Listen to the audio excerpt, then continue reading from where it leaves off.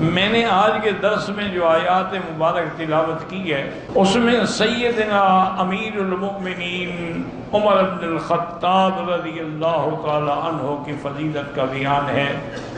سیدنا عمر بن الخطاب رضی اللہ تعالی عنہ نامی پشت میں ان کا سلسلہ جو ہے وہ حضور پاک کے نسب سے ملتا ہے۔ حضرت عمر رضی اللہ تعالی عنہ ایک دن حرم میں بیٹھے تھے کہ ابو جہل بدبخت نے تقریر کی اور بڑی زبردست تقریر کی اور سرکار دو عالم صلی اللہ علیہ وسلم کے بارے میں انتہائی ایسے الفاظ کہے کہ جو زبان گوارا ہی نہیں کر سکتی، اور اس نے تأثر یہ دیا سب کو کہ حضور کے آنے سے پہلے ہم سب لوگ کٹھے تھے، کوئی جھگڑا نہیں تھا، کوئی اختلاف نہیں تھا، لیکن لا حول ولا قوت الا باللہ حضور صلی اللہ علیہ وسلم کے آنے کے بعد اور دعوت توحید دینے کے بعد تمام خاندانوں میں فرقہ بندی ہو گئی۔ باپ مسلمان ہو گیا، بیٹا کافر ہے، بیٹا مسلمان ہے، باپ کافر ہے، گھر گھر میں لڑائی ہو گئی ہے۔ اس کی وجہ صرف حضرت محمد مصطفیٰ۔ حضرت عمر رضی اللہ تعالیٰ عنہ سن رہے تھے، کھڑے ہو گئے، کہنے لگے دیکھو آج میں آپ سب کو گواہ بنا کے کہتا ہوں کہ آج میں فیصلہ کروں گا کہ سرزمین مکہ میں نے رہنا ہے یا حضور پاک نے رہنا ہے۔ ادھر یہ مشورے ہو رہے ہیں اور ادھر حضور ہاتھ اٹھا کے بیٹھے ہیں، دعائیں کریں کہ اللہم اعز الاسلام بعد العمرین، اللہ ان دو آدمیوں میں سے کسی ایک کو مسلمان فرما دے، عمر ابن الخطاب یا عمر ابن ہشام یعنی ابی جہل۔ حالانکہ اس وقت الحمدللہ سیدنا ابو بکر، سیدنا عثمان، سیدنا حمزہ سب مسلمان ہو چکے تھے، لیکن ابھی اتنی طاقت نہیں تھی کہ وہ دار ارقم سے باہر نکل کے اللہ کا نام لے سکے، اس لیے حضور دعائیں مانگ رہے۔ عمر رضی اللہ تعالیٰ عنہ اپنے گھر سے نکلے اور ننگی تلوار ہاتھ میں لیے ہوئے غیظ و غضب میں بھرے ہوئے جا رہے ہیں کہ راستے میں ایک بندہ ملا، اس نے کہا الہ ہے، انہوں نے کہا بس میں جا رہا ہوں، آج میں نے نعوذ باللہ حضور کو شہید کرنا۔ انہوں نے کہا عمر حضور سے پھر مقابلہ کرنا، تمہاری تو بہن بھی مسلمان ہو گئی، بہنوئی مسلمان ہو گیا، پہلے اپنا گھر تو ٹھیک کرو پھر جا کے حضور سے مقابلہ کرنا۔ حضرت عمر اور آگ لگ گئی، جیسے آگ پہ کسی نے پیٹرول چھڑک دیا ہو۔ غصے میں آئے بہن کے گھر، دروازے پہ کھڑے تھے، اندر سے کچھ پڑھنے کی آواز آ رہی تھی، غصے سے دروازہ کھولا اور اپنی بہن پر آپ نے اتنا زور اور تشدد سے کمان سے حملہ کیا، بہن زخمی ہو گئی، بہنوئی زخمی ہو گئے۔ بہن کا نام بی بی فاطمہ تھا اور بہنوئی کا نام سعید تھا، اور بار بار عمر یہی کہہ رہے ہیں کہ اترک اسم محمد، اللہ کے نبی کا نام لینا چھوڑ دو ورنہ میں تمہاری جان سے مار ڈالوں گا۔ بہن مار کھا رہی ہے اور کہتی ہے عمر بات سنو، تم جس باپ کے بیٹے ہو میں بھی تو اسی باپ کی بیٹی ہوں، میرے اندر بھی تو خطاب کا خون ہے، تم میرے ٹکڑے ٹکڑے کر دو، میں اللہ کی توحید نہیں چھوڑ سکتی،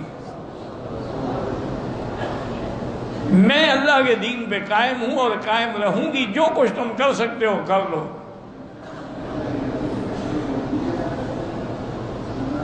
حضرت عمر حیران ہو گیا کہ اتنی مارنے کے بعد ایک عورت کیسے اتنی بات پہ اڑی ہوئی ہے۔ اور ایک اچھا ایسا کرو، جو کچھ تم پڑھ رہے تھے مجھے تو سناؤ۔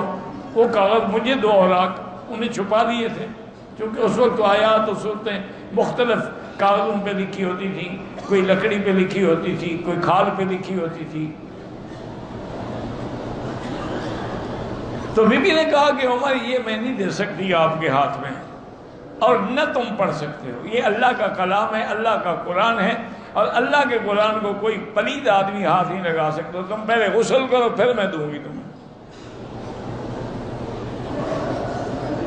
حضرت عمر نے غسل کیا، بی بی صاحبہ نے آپ کو کاغذات عطا فرمائے، جب نظر پڑی تو اس میں سورۃ طٰہٰ کی ابتدائی آیات تھی، طٰہٰ ما انزلنا علیک القرآن لتشقیٰ، إلا تذكرة لمن يخشى تنزيلا ممن خلق الأرض والسماوات العلى الرحمن على العرش استوى۔ حضرت عمر قرآن پڑھ رہے ہیں اور آنسو بہہ رہے ہیں اور کہتے ہیں بہن سے ما احسن الکلام، ایسا کلام تو میں نے کبھی سنا ہی نہیں۔ اور ابھی بہن سے کہنے لگے کہ فاطمہ مجھے یہ بتاؤ کہ اللہ کے نبی کو اگر ملنا ہو تو اس وقت وہ مجھے کہاں ملیں گے؟ آپ نے فرمایا دار ارقم میں ملیں گے۔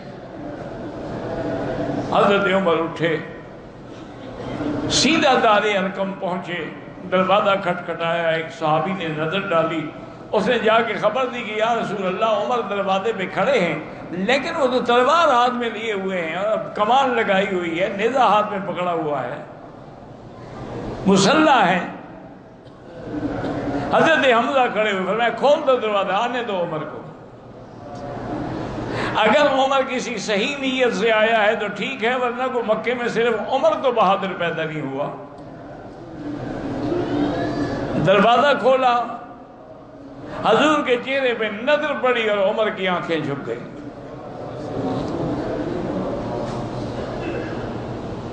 حضور کے سامنے آئے، دو زانوں بیٹھے اور کہا ابسط یدک یا رسول اللہ، حضور ہاتھ بڑھائیں اور مجھے کلمہ پڑھائیں، میں اسلام لانے کے لیے آیا ہوں۔ حضور نے کلمہ پڑھایا، ابو بکر حضرت عمر نے کلمہ پڑھا، صحابہ نے نعرہ تکبیر خوشی سے بلند کیا۔ جبریل اترے، انہوں نے کہا یا محمد آج آسمانوں پر فرشتے بھی عمر کے اسلام پہ خوشیاں منا رہے ہیں۔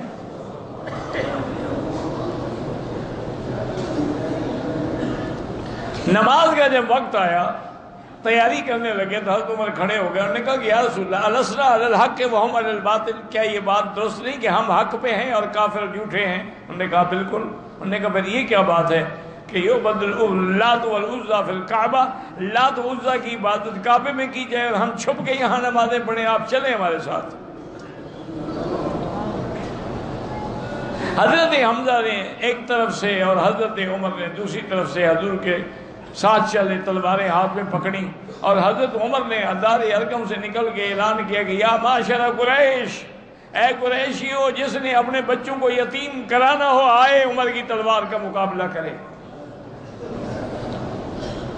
لوگ حیران کھڑے ہیں کہ یہ تو حضرت کو قتل کرنے جا رہا تھی تو خود قتل ہو گیا۔ تو حضرت عمر رضی اللہ تعالیٰ عنہ کے آنے سے اسلام کو عزت ملی، دروازہ کھل گیا اور کعبے میں کھل کے الحمدللہ نمازیں ہونے لگی۔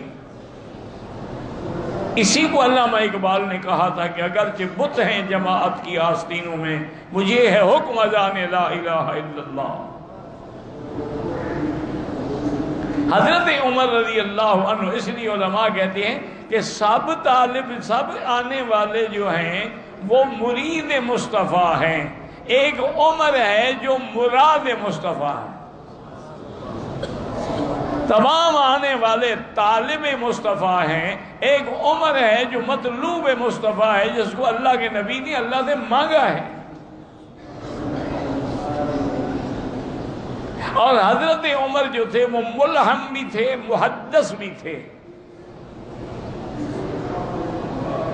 ان کی زبان پر بھی اللہ کی طرف سے القاء ہوتی تھی۔ ایک دن حضور یہ آیت پڑھ رہے ہیں کہ اللہ پاک نے فرمایا کہ ہم نے انسان کو پیدا کیا، وہ نطفہ ہوتا ہے، پھر مضغہ ہوتا ہے، پھر اس کے گوشت ہڈیوں پہ چڑھایا جاتا ہے، پھر روح پھونکی جاتی ہے۔ ابھی وَأَنشَأْنَاهُ خَلْقًا آخر تک پہنچے تھے، حضرت عمر نے فوراً کہا تبارک اللہ احسن الخالقین۔ اللہ نے جبریل بھیجا کہ یا محمد، عمر کے منہ سے جو جملے نکلے ہیں وہ میں نے قرآن کا حصہ بنا دیا، قیامت تک قرآن میں پڑھا جائے گا فتبارک اللہ احسن الخالقین۔ حالانکہ یہ جملے حضرت عمر نے کہے، اسی کو اللہ نے قرآن کا حصہ بنا دیا۔ اسی طرح حضرت عمر رضی اللہ تعالیٰ عنہ روز دعا مانگتے تھے کہ اللہم بین لنا فی الخمر بیانا شافیا، یا اللہ شراب کے بارے میں کوئی حکم نازل فرمائے، دنیا شراب میں ڈوب رہی ہے۔ کیونکہ شراب تو پانی کی طرح بہتی تھی نا، اور حرام بھی نہیں تھی، حرمت نازل نہیں ہوئی تھی۔ حضرت عمر روز دعا مانگتے، تو پہلا حکم جو ہے یہ نازل ہوا، یسألونک عن الخمر والمیسر قل فیہما اثم کبیر ومنافع للناس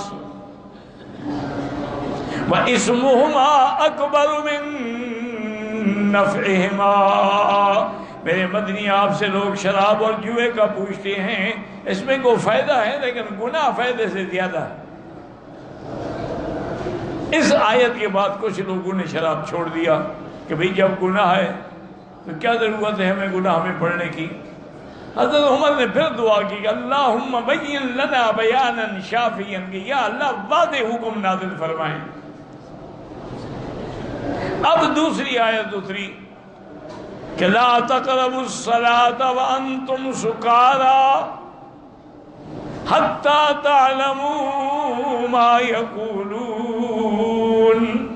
اللہ نے فرمایا کہ تم نماز اس وقت نہ پڑھو جب تم نشے کی حالت میں ہو، جب نشہ ختم ہو جائے تو پھر قرآن اور نماز پڑھو، کیا پتہ نشے میں تم کیا پڑھ جاؤ۔ کچھ لوگ اس آیت کے بعد بھی شراب سے رک گئے، لیکن حضرت عمر پھر دعائیں مانگتے رہے کہ اللہم بین لنا بیانا شافیا، کہ یا اللہ مزید واضح بیان نازل فرما۔ اللہ تبارک و تعالی نے آیت واضح نازل ہو گئی کہ شراب جو ہے وہ حرام ہے اور نجس ہے۔ جب یہ حکم آیا تو سب صحابہ جن کے ہاتھ میں بھی اگر پیالہ تھا انہوں نے توڑ دیا، مٹکے توڑ دیے، سارے مدینے کی گلیوں میں شراب بہ رہی تھی، اور حضرت عمر پکار کے اللہم انتہینا انتہینا انتہینا، آپ کا حکم ہے الحمدللہ ہم نے شراب چھوڑ دیا۔ تو حرمت شراب کا جو حکم ہے وہ بھی حضرت عمر کی دعائیں ہیں۔